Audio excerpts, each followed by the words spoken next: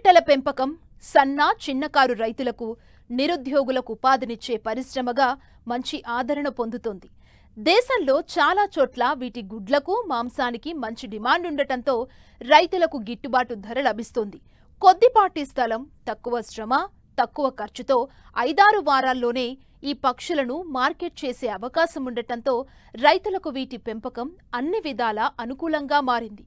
అయితే కొత్తగా పెట్టాలనుకునే వారు ఎలాంటి కౌజుపిట్టల పెంపకంలో జాగ్రత్తలు పాటించాలో తెలియచేస్తున్నారు రాజేంద్రనగర్లోని పివి నరసింహారావు వెటర్నరీ కళాశాల అసిస్టెంట్ ప్రొఫెసర్ డాక్టర్ పురుషోత్తం.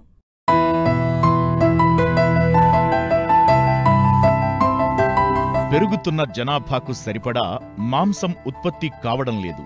దీంతో మార్కెట్లో మాంసానికి విపరీతమైన డిమాండ్ ఉంది. మాంసాహారం కొరకు జంతువులను, పక్షులను పెంచడం అనాదిగా వస్తోంది. కాని పక్షుల విషయంలో అనాదిగా ఉన్నది కోళ్లను పెంచడం. కోళ్లలో బ్రాయిలర్ కోళ్లు, గుడ్లు పెట్టే కోళ్లు, గిన్నీ కోళ్లు, ఈము పక్షులు, కౌజుపిట్టల పెంపకం చేపడుతున్నారు. ఇందులో ముఖ్యంగా కౌజుపిట్టల మాంసానికి మంచి డిమాండ్ ఉంది. కోడి మాంసం కంటే కూడా దీని మాంసం రుచితో పాటు కొవ్వు పరిమాణం కూడా చాలా తక్కువగా ఉంటుంది. పిల్లలకు ఈ మాంసం శరీర మరియు మెదడు అభివృద్ధికి బాగా తోడ్పడమే కాకుండా గర్భిణీ స్త్రీలకు, పాలిచ్చే తల్లులకు కౌజుపిట్ట మాంసం ఒక పౌష్టికాహారం.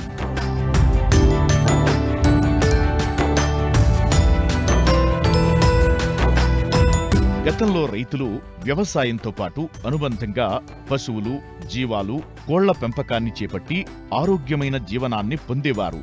కాలానుగుణంగా ఈ పరిస్థితిలో మార్పు వచ్చి ఒకే పంట విధానాన్ని చేపట్టారు. అయితే ఇందులో మొదట్లో లాభాలు వచ్చినా రాను రాను నష్టాలు అధికమవడంతో వాటిని పూడ్చుకునేందుకు అనుబంధ రంగాలైన మేకలు, గొర్రెలు, ఆవులు, గేదెలు, కోళ్ల పెంపకాన్ని చేపట్టారు.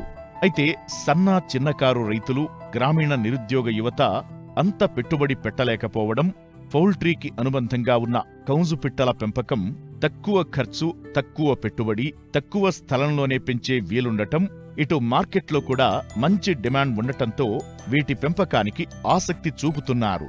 ఈ కౌజుపిట్టలు ముఖ్యంగా గుడ్లకు కానీ అలాగే మాంసం కోసం మనం పెంచడం చూస్తుంటాం. కోళ్ల కంటే కొంచెం అన్ని విధాలుగా లాభాలుగా మనం చూస్తుంటాం. ముఖ్యంగా ఈ కౌజుపిట్టలు చాలా చిన్నవిగా ఉండడం వలన తక్కువ స్థలంలో ఎక్కువ సంఖ్యలో మనం పెంచుకోవచ్చు. సో కోళ్లలో చూసినట్టయితే ఒక చదరపు అడుగులో ఒక కోడిని పెంచినట్టయితే అదే కౌజులు అయితే సుమారుగా 5 నుంచి 6 పెంచుకోవచ్చు. వీటి గుడ్లు కానీ మాంసం కానీ ఎంతగానో రుచికరంగా ఉంటుంది. దీనికి తోడు వీటిలో ఉండే కొలెస్ట్రాల్ చాలా తక్కువ ఉండడం, అలాగే కొవ్వు శాతం కూడా తక్కువ ఉండడం వలన చికెన్ కంటే పోల్చుకుంటే కౌజు మాంసం చాలా రుచికరమైంది, అలాగే చాలా ఆరోగ్యకరమైంది. ఇంకో లాభదాయకం చూసినట్టయితే ఈ కౌజుపిట్టలు మార్కెట్కి వచ్చే దశ చాలా తక్కువ వ్యవధి, సుమారుగా 4 నుంచి 5 వారాల్లోనే మనం మార్కెట్ చేసుకోవచ్చు. అప్పుడు వాటి బరువు చూసినట్టయితే సుమారుగా 200 నుంచి 250 గ్రాములు మనం తూగుతుంది. ఇంకో వారం పాటు మనం ఆగినట్లయితే సుమారుగా 6 వారాల నుంచి మనకు గుడ్లు రావడం చూస్తుంటాం. కౌజుపిట్టల యొక్క బరువు సుమారుగా 7 నుంచి 10 గ్రాములు ఉంటుంది. అవి చాలా చిన్నగా, సున్నితంగా ఉండడం చూస్తుంటాం. సో ఇందుకు గాను 2 వారాల పాటు తగిన చర్యలు అనేది ఎంతగానో అవసరం. సో ఇందులో భాగంగా మనం బ్రూడింగ్ వ్యవస్థ ఎంతగానో బాగుండాలి. ఈ బ్రూడింగ్ దశలో సరైన ఉష్ణోగ్రత మనం అందివ్వడం చేయాలి. సో దీనికి గాను సుమారుగా 37 డిగ్రీ సెంటీగ్రేడ్లో మనము మొదటి వారంలో, అలాగే 3 డిగ్రీ సెంటీగ్రేడ్ తగ్గించుకొని 34 డిగ్రీ రెండో వారంలో మనం అందివలసి ఉంటుంది. సో ఈ బ్రూడింగ్ దశలో ఈ మొదటి 2 వారాలు ఎంతో కీలకమైనవి. ఎందుకంటే ఇవి చలిని తట్టుకునే గుణం ఉండదు కాబట్టి, అలాగే చిన్నగా ఉండడం వలన ఇవి మరణాల సంఖ్య ఎక్కువగా చూస్తుంటే అవకాశం ఉంటుంది. సో ఇందుకు గాను మనం బొగ్గు కుండని మనం అరేంజ్ చేసుకున్నట్టయితే రాత్రి వేళలా, అలాగే బొగ్గు కుండ లేని పరిస్థితుల్లో మనకు గ్యాస్ బ్రూడర్స్ అనేది కూడా అవైలబుల్ ఉన్నాయి. సో వీటిని వాడుకుంటూ ఈ బ్రూడింగ్ అనేది కంపల్సరీగా మనం 2 వారాల పాటు చూసుకోవాల్సి వస్తుంది. ముఖ్యంగా ఈ బ్రూడింగ్ దశలో నీళ్లు అనేది ఎంతగానో ముఖ్యమైనది.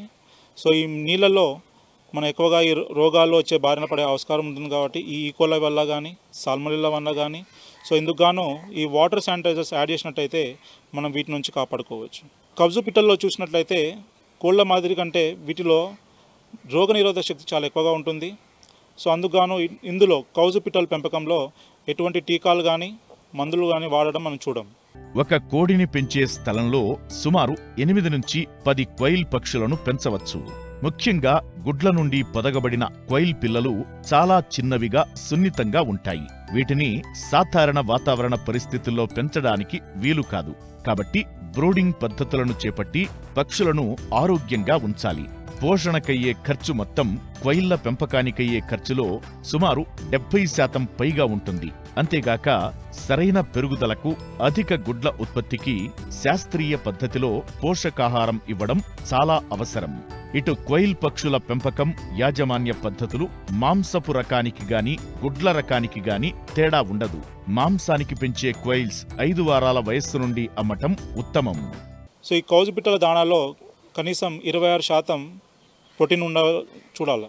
సో ఇందుకు గాను మనం బ్రాయిలర్ ప్రీ స్టార్టర్ ఫీడ్ కానీ వాడినట్లయితే మనకు త్వరగా బరువు వచ్చే ఆస్కారం ఉంటుంది. కౌజు పిట్టలు పెంచడంకు మనం 2 విధాలుగా పాటించవచ్చు. ఒకటి డీప్ లిటర్ పద్ధతి, ఇంకోటి కేజీ పద్ధతిలో 2 విధాలుగా మనం పెంచుకోవచ్చు. డీప్ లిటర్ పద్ధతిలో మనం వరి పొట్టు వాడుకుంటూ నేల మీద పెంచుకునే దాన్ని మనం డీప్ లిటర్ అంటాము. సో డీప్ లిటర్ పద్ధతిలో కొన్ని జాగ్రత్తలు మనం పాటించాల్సి ఉంటుంది.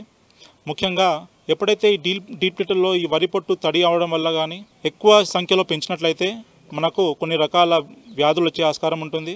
అందులో ముఖ్యంగా శ్వాసకు సంబంధించిన వ్యాధి, అలాగే ఎక్కువ తడి ఉండడం వల్ల మనకు కాక్సిడియా వచ్చే ఛాన్సెస్ ఉన్నాయి. ఈ కాక్సిడియా అనేది మనకు రక్తంతో కలిగిన విరోచనాలను మనం చూస్తుంటాం. సో వీటిని కాపాడుకునేందుకు తగిన సంఖ్యలోనే మనము తగిన స్థలంలోనే పెంచుకున్నట్టే సో ఇట్లాంటి వ్యాధి నుంచి మనం కాపాడుకోవచ్చు.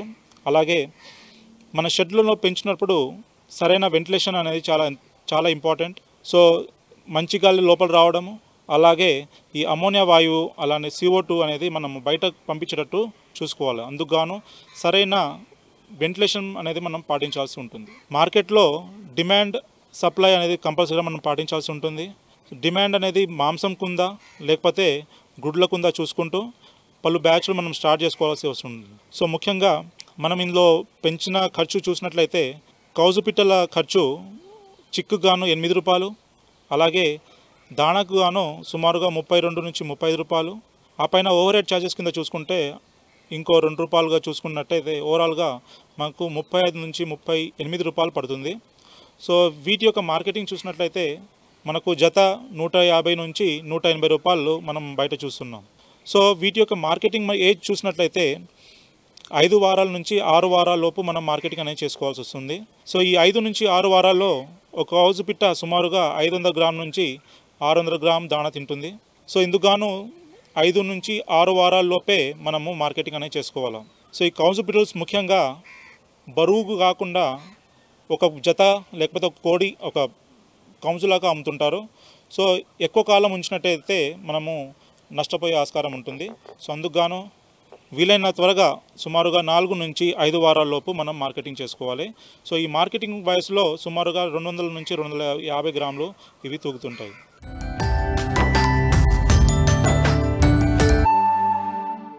బత్తాయి సాగులో తెలుగు రాష్ట్రాలు దేశంలోని అగ్రస్థానంలో ఉన్నాయి. తెలంగాణలోని నల్గొండ, ఆంధ్రప్రదేశ్లోని అనంతపురం, ప్రకాశం, కడప, నెల్లూరు, పశ్చిమ గోదావరి, గుంటూరు జిల్లాల్లో ఈ తోటలు ఎక్కువగా సాగులో ఉన్నాయి. బత్తాయికి వేసవిలో మంచి ధర పలుకుతుండటంతో రైతులు వేసవి సమయానికి దిగుబడొచ్చే విధంగా తోటల్లో యాజమాన్యం చేపడుతుంటారు. ముఖ్యంగా బత్తాయి తోటలకు ఏడాదికి 2 సార్లు ఎరువులను అందించాల్సి ఉంటుంది. ప్రస్తుతం ఈ తోటల్లో అనుసరించాల్సిన ఎరువుల యాజమాన్యం గురించి ఇప్పుడు తెలుసుకుందాం. ఆంధ్రప్రదేశ్, తెలంగాణలో రైతులు బత్తాయి తోటలను అధిక విస్తీర్ణంలో సాగు చేస్తున్నారు. మొక్కల మధ్య ఎటు చూసినా 18 నుంచి 21 అడుగుల దూరంతో ఎకరాకు 100 నుంచి 135 మొక్కలు వచ్చే విధంగా ఈ తోటలను పెంచుతున్నారు. అయితే ఎకరాకు 100 మొక్కలు నాటిన తోటల్లో గాలి వెలుతురు ధారాళంగా ఉండి చీడపీడల సమస్య తక్కువ ఉంటుంది. సాధారణంగా రైతులు ఆయా ప్రాంతాల వాతావరణ అనుకూలతలను బట్టి పండ్ల దిగుబడి తీస్తున్నారు. దీనిలో వేసవిలో వచ్చే పంటను చిత్తాని, శీతాకాలపు పంటను ఆరుద్ర అని, వర్షాకాలపు పంటను సీజన్ పంట అని పిలుస్తారు. అయితే 180% మంది రైతులు వేసవి పంట తీసేందుకు మొగ్గు చూపుతారు. ఎందుకంటే ఈ కాలంలో గత 2 ఏళ్లుగా టన్ను బత్తాయి 40,000 నుంచి 50,000 ధర పలుకుతోంది. 20 సంవత్సరాలు దాటిన తోటల నుండి ఎకరాకు 8 నుండి 10 టన్నుల దిగుబడిని సాధించే వీలుంది.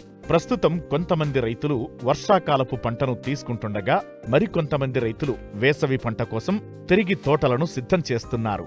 బత్తాయిలో పూత నుంచి కాయ పక్వానికి రావడానికి దాదాపు 7 నుండి 8 నెలల సమయం పడుతుంది. అయితే ఆశించిన దిగుబడులను పొందాలంటే ఈ తోటలకు పోషకాలను సకాలంలో అందించాలి. ప్రధాన పోషకాలైన నత్రజని, భాస్వరం, పొటాష్లను సకాలంలో అందించినప్పుడు చెట్లు ఆరోగ్యంగా పెరిగి మంచి ఫలసాయాన్ని ఇస్తాయి.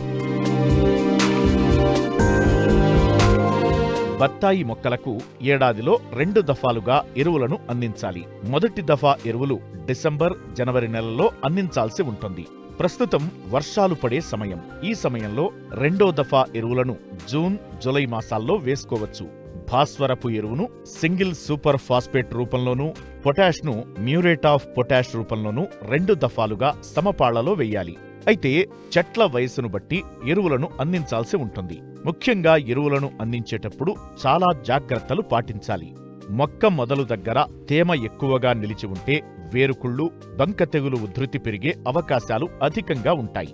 కాబట్టి పాదులను డబుల్ రింగ్ పద్ధతిలో వేసుకోవాలి.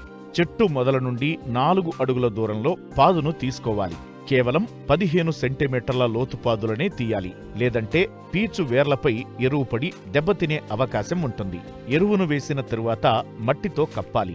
ఒక్కో చెట్టుకు 100 కిలోల పశువుల ఎరువు, 10 కిలోల వేపపిండి లేదా ఆముదం పిండి లేదా గానుగ పిండిని వెయ్యాలి. అలాగే ఒక్కో చెట్టుకు యూరియా 1600 గ్రాములు, సింగిల్ సూపర్ ఫాస్ఫేట్ 2.5 కిలోలు, పొటాష్ 1 కిలో అందించాల్సి ఉంటుంది. అదే చిన్న మొక్కలైతే ప్రతి 3 నెలలకు ఒకసారి తక్కువ మోతాదులో అందించాలి. అలాగే బత్తాయి తోటల్లో ఎక్కువగా సూక్ష్మ ధాతు లోపాలు కనిపిస్తుంటాయి. చెట్లలో ఒకేసారి 2-3 సూక్ష్మ పోషకాలు లోపిస్తే చెట్టు క్షీణించే ప్రమాదముంది. చెట్లు పాలిపోయినట్లు కనిపిస్తాయి. ఇటువంటి సందర్భాల్లో రైతులు జింక్ సల్ఫేట్ 2 గ్రాములు, మాంగనీస్ సల్ఫేట్ 2 గ్రాములు, మెగ్నీషియం సల్ఫేట్ 2 గ్రాములు, ఫెర్రస్ సల్ఫేట్ 1.5 గ్రాములు, బోరాక్స్ 1.5 గ్రాములు, కొంచెం జిగురు లీటరు నీటికి చొప్పున కలిపి చెట్టు మొత్తం తడిచేలా 15 రోజుల వ్యవధితో 2 సార్లు పిచికారీ చేయాలి. ఆకుల ద్వారా ఈ పోషకాలు అంది చెట్లు త్వరగా కోలుకుంటాయి. ప్రాంతాన్ని బట్టి చెట్లను పూతకు వదిలే సమయం మారుతుంది. పూతకు వదిలే ముందు చెట్లను వాతావరణాన్ని బట్టి 15 నుండి 30 రోజుల వరకు వాడుపెట్టి ఎరువులు వేసి తగినంత నీరు పెట్టాలి. సేంద్రియ ఎరువులను మరియు పచ్చిరొట్టను వాడటం వలన భూమిలో సత్తువ, తేమ నిల్వ ఉంచుకునే సామర్థ్యం పెరిగి చెట్లు బాగా కాపునిస్తాయి. నూనె గింజల పంటల్లో ప్రధానమైన పంట వేరుశెనగ. తెలుగు రాష్ట్రాల్లో అధిక విస్తీర్ణంలో సాగు చేస్తూ ఉంటారు రైతులు. ప్రాంతాన్ని బట్టి ఆయా వాతావరణ పరిస్థితులకు అనుగుణంగా రబీ వేరుశెనగను నవంబర్ నుండి డిసెంబర్ 15 వరకు సాగు చేస్తారు. ముఖ్యంగా పాత రకాల స్థానంలో ప్రస్తుతం అధిక దిగుబడినిచ్చే అనేక నూతన రకాలు అందుబాటులో ఉన్నాయి. ఉత్తర కోస్తా రైతులు ఎలాంటి రకాలను ఎంచుకోవాలో తెలియచేస్తున్నారు ఎలమంచిలి వ్యవసాయ పరిశోధనా స్థానం శాస్త్రవేత్త శిరీష రైతాంగానికి తెలియచేస్తున్నారు.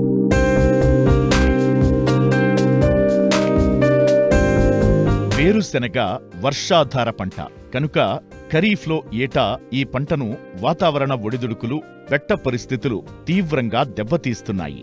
అయితే రబీ కాలంలో వాతావరణం కొంత స్థిరంగా ఉండటం, నీటి వసతి కింద సాగు చేయటం వల్ల మంచి ఫలితాలు వస్తున్నాయి.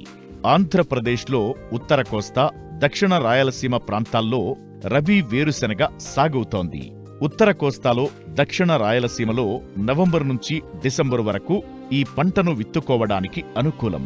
ఇసుకతో కూడిన గరప నేలలు, నీరు ఇంకే స్వభావం ఉన్న ఎర్రచల్కా నేలలు ఈ పంట సాగుకు శ్రేష్టమైనవి. అయితే అధిక దిగుబడులు సాధించాలంటే ఆయా ప్రాంతాలకు అనువైన రకాలను ఎంపిక చేసుకోవాలి. ముఖ్యంగా పాత రకాల స్థానంలో అధిక దిగుబడినిచ్చే అనేక రకాలు అందుబాటులోకి వచ్చాయి. వాటి వివరాలు తెలియజేస్తున్నారు అనకాపల్లి జిల్లా యలమంచిలి వ్యవసాయ పరిశోధనా స్థానం శాస్త్రవేత్త శిరీష. ఇప్పుడు రబీ సీజన్లో మనకి వేరుశెనగ అనేది చాలా ముఖ్యమైన నూనె గింజ పంట. ఈ రైతులు చాలా వరకు కూడా ఈ రబీ సీజన్లో వేసేది ఖరీఫ్ కన్నా మనకి ఎక్కువ దిగుబడి అనేది వస్తుంది. ఖరీఫ్లో మనకి ఎక్కువ సన్షైన్ అవర్స్ ఉండవు కాబట్టి కొద్దిగా లో ఈల్డ్స్ వస్తాయి. కానీ వర్షాధారంగా పండించే వాళ్ళందరూ మ్యాక్సిమం ఖరీఫ్లో వేస్తారు. కానీ రబీలో రైతులు ఎక్కడెక్కడైతే మనకి నీటి సదుపాయం ఉంటుందో వాళ్ళు ఈ పంటను వేసుకోవచ్చు.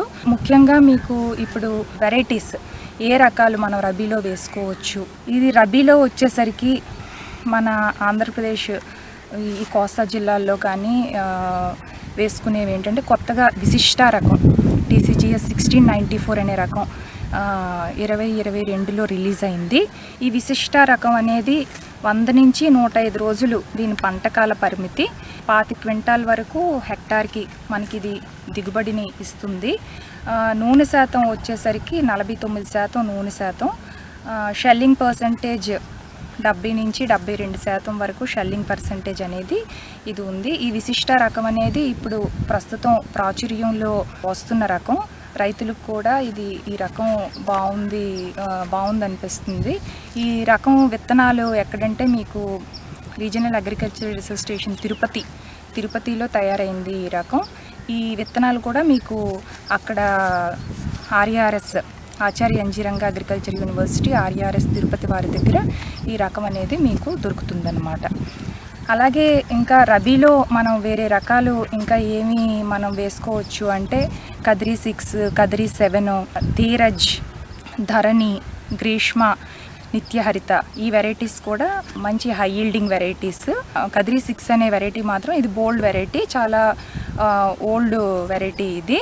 ఈ రకాలు వచ్చేసరికి నిత్యహరిత, ధీరజ్, ధరణి ఈ రకాలు కూడా మనం రైతులు రబీ సీజన్లో వేసుకోవచ్చు.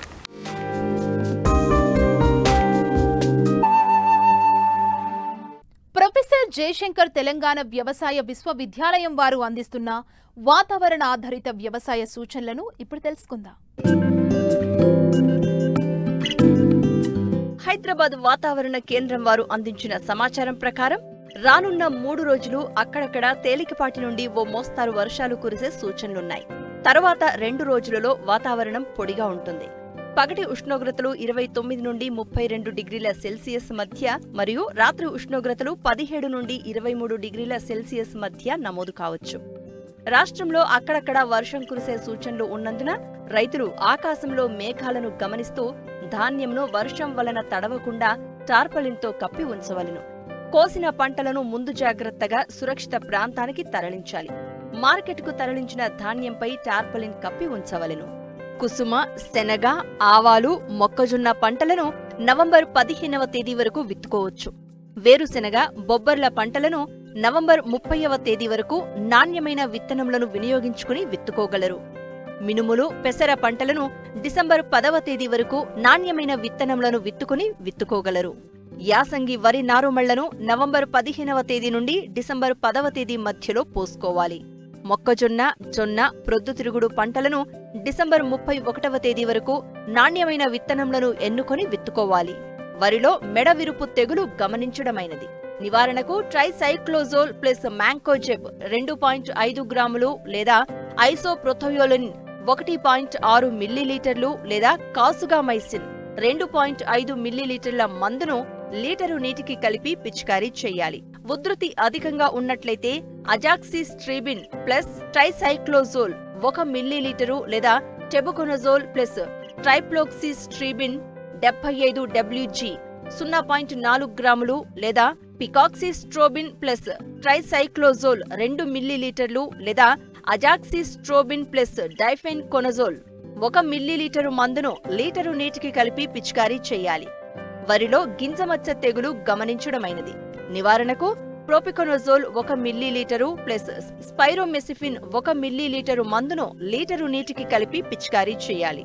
పత్తిలో బూడిద తెగులు గమనించడమైనది. నివారణకు నీటిలో కరిగే గంధకం 3 గ్రాములు లేదా హెక్సాకొనజోల్ 2 మిల్లీలీటర్లు లేదా టెబుకొనజోల్ ప్లస్ ట్రైప్లోక్సిస్ట్రోబిన్ 0.6 గ్రాముల మందును లీటరు నీటికి కలిపి పిచికారీ చేయాలి. ప్రస్తుత పరిస్థితులు ప్రత్తిలో గులాబీ రంగు పురుగు ఆశించుటకు అనుకూలం. నివారణకు పొలం గట్ల మీద ఉన్న వయ్యారి భామ కలుపు నివారించాలి. ఎకరాకు 8 నుండి 10 లింగాకర్షక బుట్టలను అమర్చుట ద్వారా సామూహికంగా రెక్కల పురుగులు బంధించడం లేదా ఎకరాకు 4 లింగాకర్షక బుట్టలను అమర్చి వరుసగా 2 నుండి 3 రోజులలో బుట్టకు 7 నుండి 8 రెక్కల పురుగులు గమనించినట్లయితే నివారణ చర్యలు చేపట్టాలి.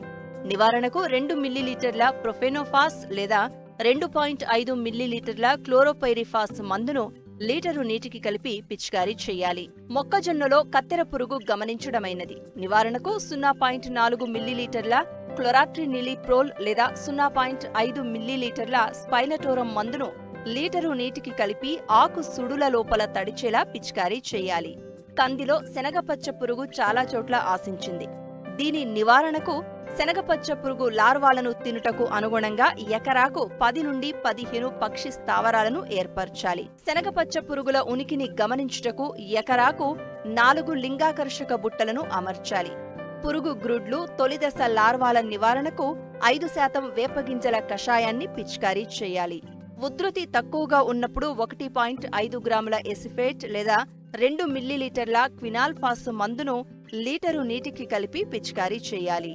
కొన్ని చోట్ల ఆకు చుట్టు పురుగు గమనించడమైనది. నివారణకు 1.6 మిల్లీలీటర్ల మోనోక్రోటోఫాస్ లేదా 2 మిల్లీలీటర్ల క్వినాల్ఫాస్, 2.5 మిల్లీలీటర్ల క్లోరిపైరిఫాస్ మందును లీటరు నీటికి కలిపి పిచికారీ చేయాలి.